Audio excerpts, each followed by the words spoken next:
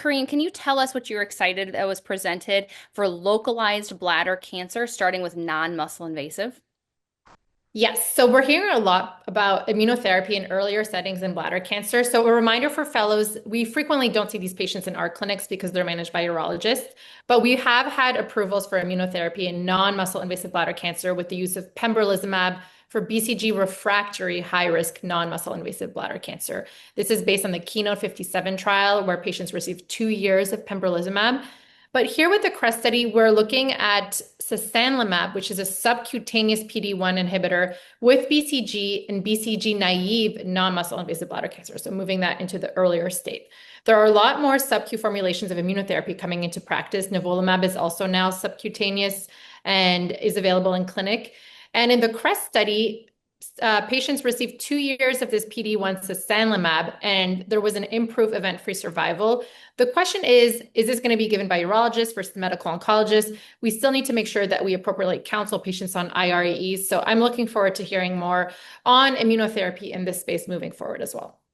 Definitely. And sub-Q sounds nice. So less time in the infusion chair, which means more time outside living your life. And so up next, what about muscle invasive bladder cancer? What was presented at ASCO this year? So since ESMO last year in 2024, we heard about the Niagara trial, which, as a reminder for fellows, is looking at gemcitabine cisplatin with durvalumab versus gemcitabine cisplatin in patients who are cisplatin eligible, of course. And here we heard about an update as far as ctDNA monitoring for patients on this regimen. So another reminder for fellows is that the only approval for neoadjuvant chemotherapy in muscle-invasive bladder cancer includes cisplatin. So if you ever see carboplatin in a vignette for muscle-invasive bladder cancer, do not pick that. There are no approvals for carboplatin in this space. The only exception to that is for upper tract urothelial carcinoma. There's an approval for adjuvant gem carbo based on the POUT trial. But remember also key features that make patients ineligible for cisplatin. So hearing loss, performance status neuropathy, and renal dysfunction, which may exclude patients. But in Niagara, one important note here is that patients were allowed to have a creatinine clearance down to 40. And then also a reminder that we have approvals for adjuvant immunotherapy for patients who either do not receive neoadjuvant cisplatin-based chemotherapy or do, but have residual muscle invasive disease defined as PT2 or greater. And the most commonly used adjuvant immunotherapy is adjuvant nivolumab for 1 year based on the Checkmate 274, but there is also adjuvant pembrolizumab based on the Ambassador trial. And so at ASCO this week, we heard about ctDNA in the Niagara trial, and we're hearing a lot more about ctDNA in this space. It's a prognostic marker. And so ctDNA is not a current standard of care in bladder cancer right now, but in this study, it was evaluated at baseline, after neoadjuvant treatment, and then at cycle 1, day 1 of the adjuvant phase post-cystectomy. And so some of the findings that were presented were that 57% of patients were positive at baseline, and the rate of ctDNA clearance was 13% higher in patients that received durvalumab versus those that did not and just received GemCis. And another finding was that those that were ctDNA positive before surgery were associated with not achieving a pathological CR and also had worse event-free survival. And then those that were negative, had a negative ctDNA, were not associated with pathologic CR.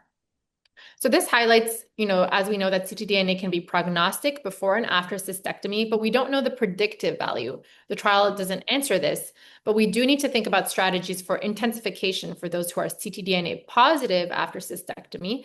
And the modern trial is one of the trials that's open right now that's looking at this question.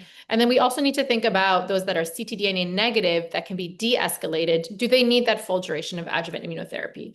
This update didn't answer that. So as of right now, for patients that are eligible for Niagara, I would still give them the full regimen. But this was another exciting update.